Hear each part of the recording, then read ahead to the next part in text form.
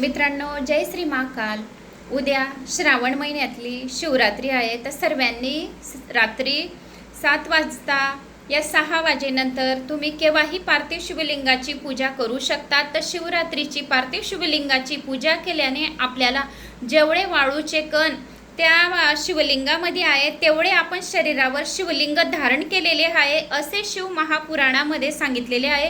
तर ही पार्थिव शिवलिंगाची पूजा भगवान शिवासाठी आणि शिवरात्री ही भगवान शिवाला समर्पित असते. तर प्रत्येकाने आपल्या देवघराजवळ पार्थिव शिवलिंगाची पूजा करायची आणि रात्रभर ती शिवलिंग आपल्या देवघरातच राहू द्यायची आहे आणि सकाळी विसर्जन करायची आहे. तर तुम्हाला या 7 वस्तू चढवायच्या आहे शिवलिंगावर. जल, दूध, दही, शहद, बेलपत्री, धतुऱ्याचं फळ आणि अक्षदा, गंगाजल अशा या 7 वस्तू चढवून भगवान शिवाला आपल्या मनातल्या इच्छा पूर्ण करायला बोलायचे. जय श्री महाकाल.